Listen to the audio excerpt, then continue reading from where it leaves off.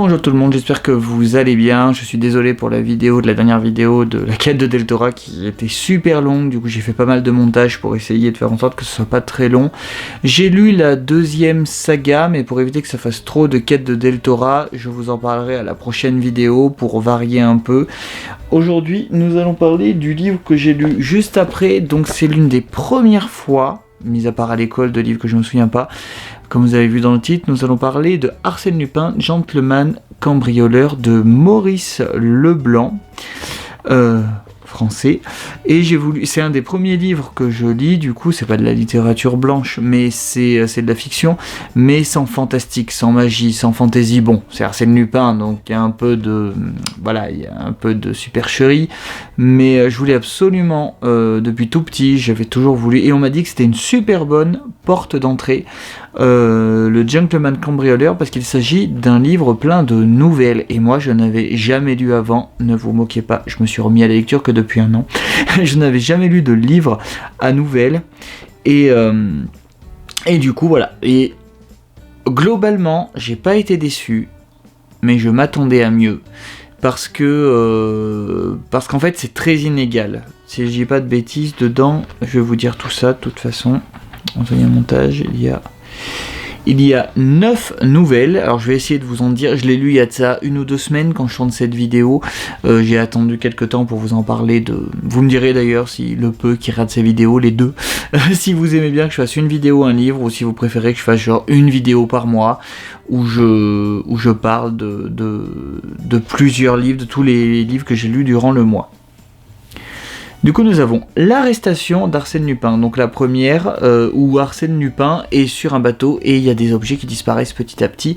Il y a plein de twists, alors ça va être très difficile de ne pas spoiler, mais en gros, il se fait arrêter. À la fin de la première enquête, on se dit « Ah ouais, c'est étrange ». Donc la première ne m'a fait ni chaud ni froid, même si c'est rigolo dans le fait où on voit qu'Arsène Lupin, il réussit à voler des choses sans que personne ne l'attrape, jusqu'à la fin bien sûr.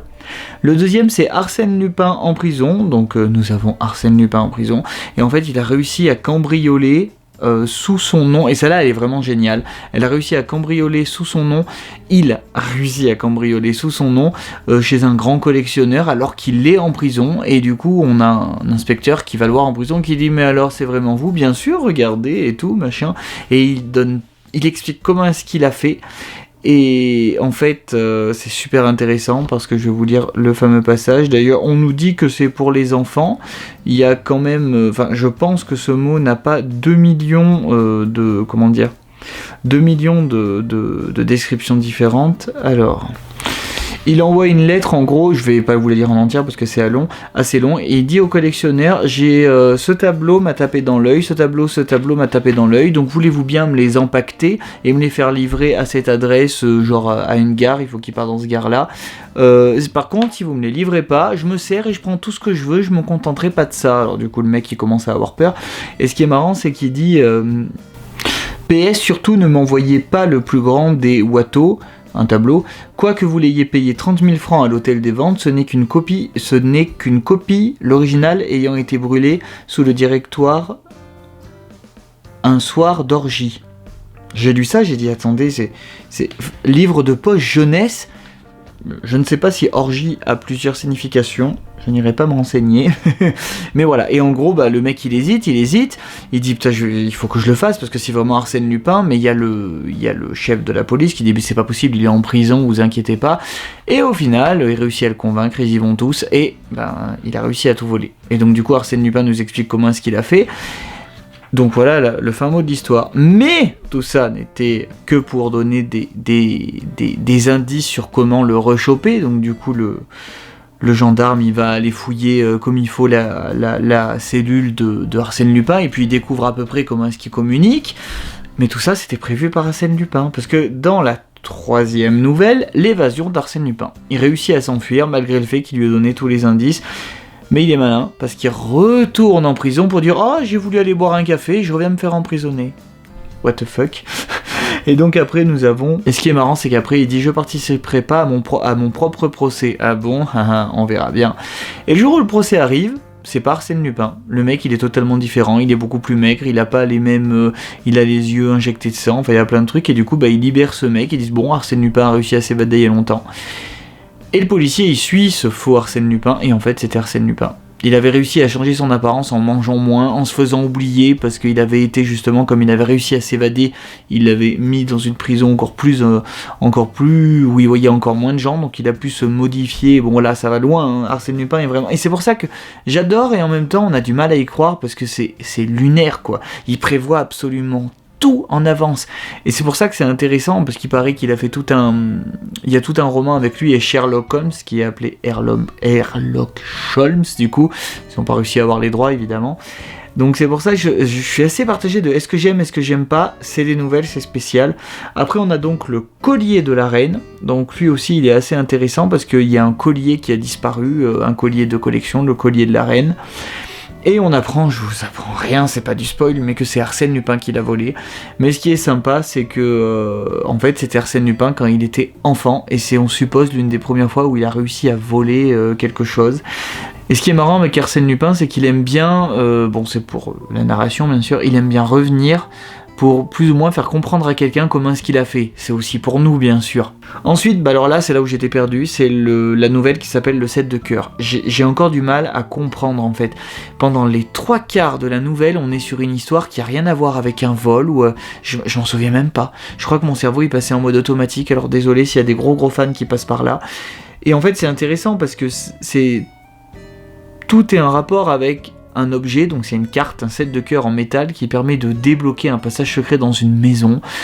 Et là, je pourrais même pas vous en parler plus parce que je crois que j'ai totalement décroché parce que c'était peut-être trop compliqué pour moi. J'ai pas compris. Voilà, j'ai tout simplement pas compris. D'ailleurs, c'est très intéressant parce que c'est assez ancien, les Arsène Lupin, et il y a plein d'anciens français. Du coup, je dis ah ouais, ah bon. Donc le coup de l'orgie tout à l'heure, je me demande si c'était pas voulu en fait. Le coffre-fort de Madame Habert, donc ça c'est une nouvelle, c'est pas évident de pas spoiler. Je l'ai bien aimé parce que on sait qu'une personne est Arsène Lupin et on le suit un peu sur comment est-ce qu'il va faire pour cambrioler des gens, pour qu'il a réussi à se faire embaucher pour eux. Et c'est marrant parce que la fin c'est un twist qu'on ne s'attend pas. Je peux pas trop en dire, c'est très difficile, mais je l'ai bien aimé sans qu'il soit exceptionnel. Ensuite, nous avons la perle noire. Alors lui, je l'ai très bien aimé parce que Arsène Lupin se prépare à aller voler la perle noire et il arrive. Et la propriétaire de la perle noire a été tuée. Je suis obligé de le dire, c'est un mini spoil du début, mais je suis obligé, parce que vraiment, il s'est dit, ouais, elle ronfle pas, et puis, la comtesse est morte, et la perle noire a disparu. Donc c'est très marrant, parce que du coup, Arsène Lupin va mener l'enquête à l'envers, pour essayer de retrouver cette perle, donc je peux pas trop vous en dire, parce que du coup, c'est un mélange entre enquête, et c'est très bien fichu. Je crois que c'est une de mes préférées. Et enfin, le dernier, Sherlock Holmes arrive trop tard. Donc au début, dans les premières éditions où ils ont essayé avec Sherlock Holmes pour les faire s'affronter, parce que du coup, c'est pour ça que je serais très curieux de les voir s'affronter tous les deux, parce que j'ai jamais lu de Sherlock Holmes encore, donc je sais pas trop comment ça fonctionne. Peut-être qu'il faudrait que j'en lise un. Je ferais peut-être pareil. Je crois qu'il y a pareil un livre de nouvelles de Sherlock Holmes, donc peut-être pour découvrir, peut-être que ça serait intéressant. Et Sherlock Holmes arrive trop tard parce que Arsène Lupin a déjà fait son œuvre, ils se croisent. Et du coup, Sherlock Holmes, il passe, il dit bah oui, c'est comme ça qu'il a fait, mais je sers plus à rien maintenant parce qu'il s'est enfui. Et à tout un côté un peu où est-ce que Maurice Blanc a voulu dire ah, mon Arsène Lupin est plus malin. Bon, c'est parce qu'il est arrivé trop tard, donc ça justifie la chose, il s'est déjà enfui. Et Sherlock Holmes, il arrive et il trouve des passages secrets et tout ça, mais ça je trouve que c'est pour ça que je savais pas trop quoi en penser, parce que vraiment, Arsène Lupin, il y a des moments, il arrive, il connaît mieux les maisons, les châteaux, que la personne qui y habite. C'est assez spécial, donc j'ai aimé et pas aimé en fonction de certaines nouvelles. Pour ne pas trop attendre, pour me dire j'aime quand même, je pense que je vais aimer l'univers d'Arsène Lupin, j'ai pris apparemment un des meilleurs qui s'appelle L'Aiguille Creuse. Je ne l'ai pas encore lu, mais je veux vraiment donner une seconde chance à Arsène Lupin, et apparemment c'est un des meilleurs pour ça. Parce qu'il y en a certains qui vont beaucoup trop loin dans la politique, alors que j'ai trouvé, c'était assez facile à lire, mis à part la nouvelle que je vous ai parlé, mais voilà, je vous en parlerai, je ne sais pas quand, parce que je vais essayer dans ma pile à lire, qui est genre comme ça, énorme, je dois avoir 15 bouquins, peut-être plus, j'attendrai un peu avant de le lire. Mais voilà, en plus c'est une version que j'ai pas fait exprès, qui est classique au collège, donc c'est rigolo parce que du coup il y a plein d'explications sur les anciens mots, plein d'analyses, donc ça pourrait être super sympa. Je vous tiendrai au courant, voilà, en tout cas Je dirais pas que j'ai été déçu, mais partagé. En même temps, si je commence à lire vraiment beaucoup de livres, il faut pas s'attendre à ce que je les adore absolument tous. Mais je vais lui laisser une autre chance. Voilà, gros bisous.